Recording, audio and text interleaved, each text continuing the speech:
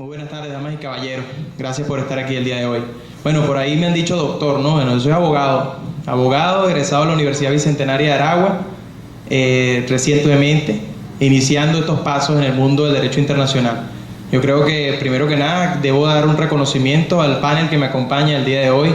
Por supuesto, las autoridades de Rotary Club, su presidenta, Norca Ramírez, su vicepresidente y mi gran amigo Joel Carrizales, quien debo felicitarlo por el esfuerzo que ha hecho conjuntamente con todo el Rotary Club Las Delicias y el Rotary Club Maracay, que tengo entendido está invitado el día de hoy aquí. Por ahí saludé a Elisa Lucente, una de sus autoridades. Allá está Elisa, saludos. Y bueno, por supuesto, saludar al doctor Julio César Pineda, embajador de reconocida trayectoria. Todos sabemos quién es Julio César, no necesita mucha presentación. Y al abogado doctor Daniel Merchán, quien pinta muy bien en la carrera diplomática, próximo embajador o quien quita también canciller de la República en unos años. El Rotary Club hoy o este año cumple 108 años de celebrar esa fundación en el año 1905, cuando Paul Harris con un grupo de personas definitivamente decidieron emprender una lucha, una causa de lucha en este caso, de buscar erradicar la pobreza, de buscar ayudar a los más necesitados, de colaborar evitando el deterioro del ambiente y todo este tipo de cosas. Cuando escuchan paz y resolución de conflictos, tal vez no les resulte muy apetecible el tema, porque lo encuentran inalcanzable en el espacio. Muchos de ustedes dirán, bueno, paz y resolución de conflictos, pero ¿cómo hago yo para quejarme a lo mejor de cualquier tirano que está por el mundo pretendiendo hacer guerras y cualquier otra cuestión? Por eso el día de hoy quisiera dejar la explicación de los escenarios internacionales a los internacionalistas y hablar un poco del hecho social que tenemos en Venezuela. Conocemos nosotros pues que la paz como fin de la guerra, conocemos la paz como ese ente que cada individuo tiene, esa tranquilidad, ese espacio, ese equilibrio que tiene cada uno de nosotros. Ahora bien, tenemos también la paz social, y es a la paz que me quiero referir el día de hoy. Por eso que la ponencia se llama La Paz Social, un territorio llamado Venezuela. Existe un territorio en Sudamérica, ubicado justo al norte, con más de 987.000 kilómetros cuadrados, con diversidad de clima, relieve, flora, fauna, recursos naturales y capital humano, con las mayores reservas de oro del mundo, y no solo de oro, también de gas y de petróleo, con maravillas naturales incluso ampliamente reconocidas como el Salto Ángel, con amplias zonas agrícolas con salida al mar y al océano, incluso con el río más caudaloso del mundo. Un país tradicionalmente inmerso en luchas, alzamientos, en caudillos. Por ahí lo conversaba con el recién conocido para mí, pero muy conocido para ustedes, el doctor Alberto Jordán, a quien le envío un saludo. Me hablaba un poco de lo convulsionado que ha venido siendo la historia en Venezuela. Y no hay política sin historia. Fue la premisa que sacamos de la corta conversación. En este punto, hablar de esto para nosotros, luego de esas luchas, luego de todo eso que ocurrió, alzamientos militares, alcanzar un periodo democrático que sin duda alguna muchas personas lo llamaban democrático, por encima de que se hicieran o no se hicieran procesos electorales. Hablábamos de la paz social que podía tener Venezuela, del respeto al prójimo, del equilibrio que existía, de que los principios y los valores del venezolano no eran el rencor, el resentimiento y la envidia. Al contrario, era el amor, el respeto y la tolerancia, que es lo que nosotros queremos promover, no solo como ciudadanos, no solo como actores políticos, sino también desde aquí de Rotary Club. Es el mensaje al pueblo venezolano de que es momento de reencontrarse. Desde luego, para nosotros es difícil pensar que Venezuela se encuentre en el puesto número 123 de 193 países en lo que es el índice de paz global.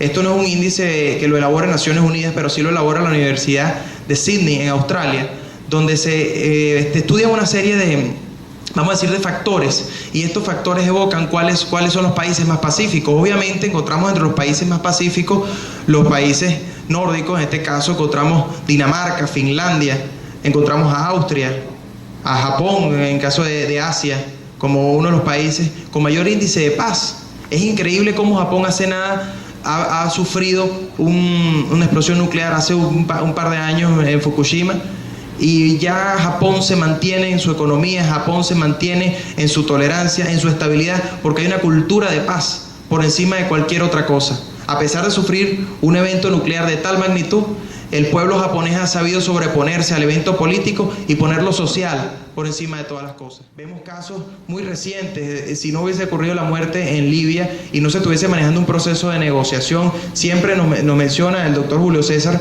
en sus ponencias que dentro de aquel marco de la democracia que supuestamente pregonaba Muammar Gaddafi, cuando lo recibía en su palacio presidencial, luego lo llevaba a una casita humilde dentro del palacio y le decía: es que yo soy un hombre de pueblo. Entonces imagínense ustedes cómo algunas personas traspasan las barreras de lo que es partido, gobierno y Estado y se convierten en tiranos que al final del día lo que evocan es un mensaje de violencia y separación y división en sus pueblos. El caso de Bashar al-Assad, un hombre que dirige las riendas de Siria, y vemos lo que está ocurriendo, más de 2 años en Siria de guerra, más de 80.000 muertos, no cesan los muertos en Siria. Ya yo comparto un programa de radio todos los lunes con el doctor Daniel Merchán y es increíble cómo todos los lunes decimos, bueno, hace 2 años decíamos, van 12.000 muertos en Siria, van 15.000 muertos en Siria, ya van 80.000 muertos en Siria y nada que se puede hacer para establecer la paz y que el pueblo de Siria por fin pueda progresar. Por último, quisiera hablar del último país, o el penúltimo, antes de Somalia, que se encuentra en este índice, y es el Zimbabue. Zimbabue, que por cierto tiene una particularidad. Zimbabue no realizan elecciones desde hace 32 años. El presidente Robert Mugabe es uno de esos presidentes que agarró el ritmo de decir que es el comandante eterno, el líder supremo, el máximo supremo, superior, todo lo que evoque. Es increíble como un hombre que lo que ha hecho es oprimir al pueblo de Zimbabue con la inflación más alta del mundo, 1.000.000% de inflación, $60 cuesta 1 litro de agua en Zimbabue. Es más difícil alcanzar agua que dormir, imaginen. ¿Cómo duerme un niño que no tiene que comer? ¿Cómo duerme un niño que no tiene agua, que no tiene alimento, que no tiene condiciones para la vida? Es importante hacer reflexión sobre eso cuando nos queremos referir a la paz. Esto muestra definitivamente que el proceso de paz está vinculado con la democracia y la democracia está íntimamente vinculado con los niveles de paz que se otorgan en el país. No es casualidad que países con dictaduras o falsas democracias sean los países donde mayor conflicto existe, y no solo eso, sino que también para la democracia, para que la democracia pueda existir plenamente, debe haber paz social, pueblos unidos con una visión macro del destino que desean alcanzar. Es por eso que nos llama poderosamente la atención cómo es que aquí, sin estar en guerra, viviendo bajo la presunta democracia participativa y protagónica del proceso revolucionario del siglo XXI, estamos rondando tan bajos niveles de paz. La ausencia de paz ha causado graves problemas en Venezuela. No es para nadie un secreto, la polarización político-partidista nos ha alejado a nosotros de las causas que verdaderamente nos mueven como servidores públicos y que, por cierto, compartimos con el Rotary Club. Esas causas como erradicar el analfabetismo, las enfermedades, la pobreza, el hambre, la falta de agua y el deterioro del ambiente. Dar de sí antes de pensar en sí. Y es que ese es el tema. Ya nosotros, bueno, hace muchos años, hace unos 3-4 años, para no decir mucho, yo presenciaba un foro con Laureano Márquez y yo no he tenido la oportunidad de revisarlo muy bien, pero sé que en el tema filosófico, antes de Sócrates, en los presocráticos había un hombre que se llamaba Demócrito, según lo que nos contó Laureano. Ya le preguntaremos si es verdad. Pero había un hombre que se llamaba Demócrito que decía que todas las personas interesadas en los asuntos públicos, ¿ok?, eran las personas que verdaderamente tenían valor, las personas interesantes para la sociedad griega en ese punto. Y bueno, él los llamó demócrates, o fueron llamados demócrates. Por otra parte, habían personas que sencillamente se interesaban en su vida, no les interesaban lo de los demás, no le importaban para alcanzar el éxito, llevarse por delante a cualquier otro, y esas personas fueron llamados idiotes. Entonces, bueno, no es para nadie un secreto que eso esté ocurriendo todavía. Hay muchos idiotas y quisiéramos nosotros tal vez reducir, que hubiesen más demócratas y menos idiotas. Entonces, ¿cómo nosotros queremos cosechar paz? ¿Cómo nosotros queremos alcanzar ese preciado tesoro que es la paz y la tranquilidad? No hay nada, no se compara con nada, no tiene precio que tú puedas salir de aquí tranquilamente, estar unos 15-20 minutos allá afuera sin que nadie se meta contigo, llegar a tu casa sin tener que dar 40-50 vueltas antes de ver que no llegue nadie, llega tranquilo, apúrate que no se cierra el portón. Esas son cosas que nos pasan a todos día a día. Cuando esas cosas pasan, no nos preguntan a nosotros por quién votamos. Cuando esas cosas pasan, no nos preguntan a nosotros de qué carnet tenemos el partido. Esas cosas pasan y ya. Le pasan al gobierno, le pasa a la oposición. Y lamentablemente se pierde la propuesta, se pierde en un debate estéril de hablar de ideologías políticas cuando la cosa práctica, cuando el tema que vivimos día a día realmente nos está perjudicando. Entonces nosotros tenemos que revisarnos un poco. ¿Cómo es posible que si tenemos 29 millones de habitantes, tenemos 4 millones de niños que no están en las escuelas? Y que de ese 5% de 4 millones solamente se gradúan de bachilleres. No quiero ponerme a pensar cuántos son los que se gradúan en la universidad. Es increíble. Desde mi labor en Revista Emprendedor he tenido la oportunidad de conocer de cerca a esos que llaman los cuentapropias, los por cuenta propia, los boneros, los talabarteros, los plomeros, la gente que trabaja porque no tiene una preparación. Lamentablemente esa gente el Estado lo abandonó. El Estado no le dio la formación. El INSE desapareció, se convirtió en un partido político obrero. El INSE dejó de ser un formador de los nuevos cuadros, tal vez de técnicos venezolanos. ¿Qué está ocurriendo en Venezuela? Es mucho más fácil obtener un arma que un libro. El Estado venezolano, ¿qué está haciendo para promover la paz? ¿Desde qué punto está atacando el tema de la violencia? ¿Está promoviendo la educación? Somos el tercer país que más armamento compra al año, después de Rusia y los Estados Unidos. Ojalá nosotros tuviésemos la oportunidad de disfrutar de un gobierno que te cambie un arma por un libro. Quisiera dar el tercer dato curioso, y es que 9 millones de venezolanos son pobres. Y sí, no es una exageración, 9 millones de venezolanos son pobres. No es un secreto para nadie pasar el túnel del Valle en Caracas y despertar con ese pesebre naciente prácticamente. Antímano, La Vega, Caricuao.